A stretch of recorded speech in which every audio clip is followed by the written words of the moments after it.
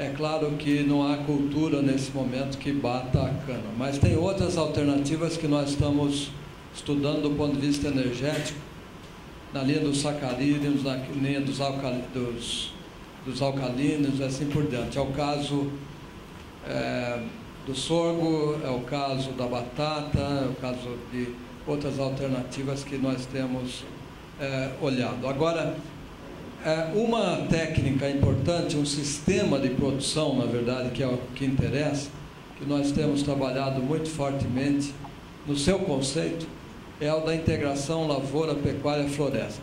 Esse é um sistema que já tem se mostrado muito útil em partes, principalmente dos cerrados do Brasil, para a recuperação de áreas degradadas. E com isso eu quero já entrar na segunda questão da Amazônia para lembrar o seguinte: são duas investiduras necessárias que nós precisamos fazer do ponto de vista do planejamento futuro. Primeiro, sabemos que hoje o Brasil ainda mantém uma porcentagem elevada de florestas na sua superfície, florestas nativas. Se nós tivéssemos os mesmos índices de produtividade da agricultura brasileira de 30 anos atrás, nós teríamos hoje praticamente destruído todos esses biomas, para manter o nível de produção que nós temos hoje. Isso mostra claramente que a agricultura tem um papel conservacionista na medida em que nós, da ciência, possamos, junto com os gestores, junto com os produtores, junto com as políticas públicas, nós possamos aumentar a produtividade das lavouras. Então, essa já é a primeira parte da resposta. Hoje nós temos pelo menos 40, 50 milhões de hectares no Brasil, em áreas dos cerrados, que podem ser recuperadas, hoje principalmente ocupadas por pastagens que têm menos de uma unidade animal por hectare ano, e nós sabemos que nós temos sistemas que podem ter pelo menos 3 unidades animal hectare ano. Portanto, mudar em 3 vezes essa relação, e daí produzir água-energia, e aqui quando eu falo em água-energia e biodiversidade, eu trago de novo agora a questão do biodiesel, não só do etanol. E o biodiesel nós trabalhamos hoje, do ponto de vista das perspectivas das culturas, com várias plantas, com várias alternativas. Portanto, a resposta da produtividade é uma primeira resposta, e aí vem com a questão da intensificação nas áreas tradicionais já de agricultura do Brasil. A segunda investidura é a investidura do planejamento em áreas mais críticas, em biomas, em ecossistemas mais frágeis. O caso não é só da Amazônia, é do Pantanal, são os mananciais. Eu tenho certeza que a Mônica vai estar mostrando isso na sua apresentação. Mesmo aqui em São Paulo, nós não precisamos ir lá para a Amazônia. Claro que hoje há uma discussão muito forte. Então, a Embrapa tem trabalhado nessas duas frentes. O que nós podemos fazer para evitar com que a agricultura brasileira cresça, e ela vai ter que crescer pelas demandas mundiais, pela demanda do mercado interno, crescer pelo menos 4, 5% aí nas proteínas vegetais, como soja e milho, crescer em energia, tanto etanol como na área de biodiesel, e com isso nós vamos precisar necessariamente não de mais solos, de mais terra, de mais área para cultivar.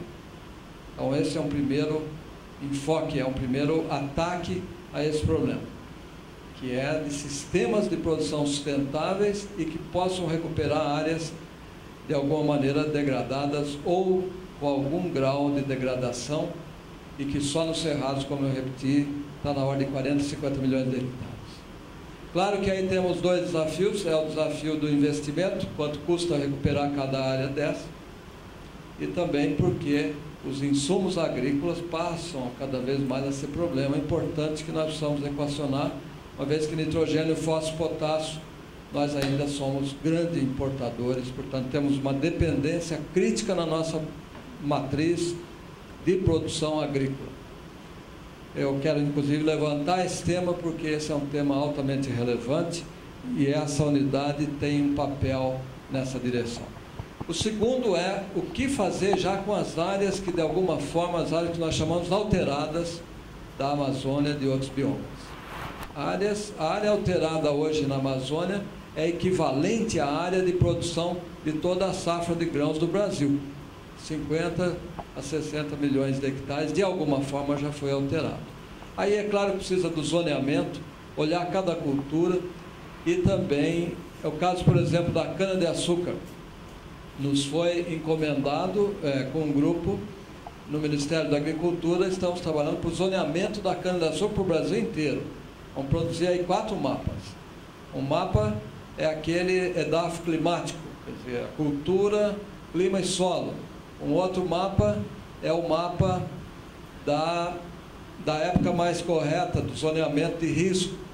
Depois nós vamos ter um outro mapa que é com as áreas de restrição do ponto de vista ambiental, uma vez que você tem uma área de proteção permanente, você tem já reservas legais, áreas indígenas, etc, etc. E um quarto é uma decisão política, se vai ou não proibir determinada cultura de ser estabelecida no território, que não é uma decisão que cabe certamente à Embrapa, mas é uma decisão maior, não é nem do Ministério da Agricultura, vai estar no âmbito da Presidência da República, ou da Casa Civil. Então, para te responder, nós temos que usar sistemas mais eficientes e mais produtivos já nas áreas que de alguma forma foram alteradas, que nós temos na agricultura tradicional ou uma nova agricultura, por exemplo, no sul do Pará, em regiões do Mato Grosso, Tocantins, Maranhão, etc., em que há uma discussão e há uma certa confusão também entre a Amazônia, o bioma amazônico, com o bioma da Amazônia legal, que é uma certa invenção que nós criamos numa dada época do Brasil e que hoje precisa ser revista. E a decisão de sistemas que sejam sustentáveis para esses biomas. É claro que o extrativismo, novos usos, etc., é muito importante, uma convivência, vamos dizer, harmônica com a floresta, com esses ecossistemas, mas há necessidade de intensificação da agricultura em partes do território amazônico que já foram alterados. Por exemplo, eu vou citar o exemplo do sul do Pará, em que se tem gado de corte em sistemas extensivos. Nós sabemos que pode-se produzir a mesma coisa ou até mais em sistemas mais intensivos ou semi-intensivos.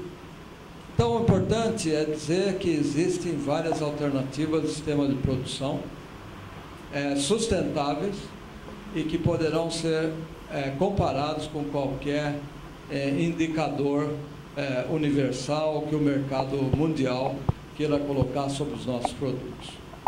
Então, nós temos esses dois caminhos que, acredito, são importantes, e essa unidade tem um papel que eu quero passar agora ao doutor Evaristo para a complementação do ponto de vista da unidade. Mas a Embrapa está, assim, vamos dizer, de corpo e alma envolvida, uma vez que o mandato da Embrapa é nacional,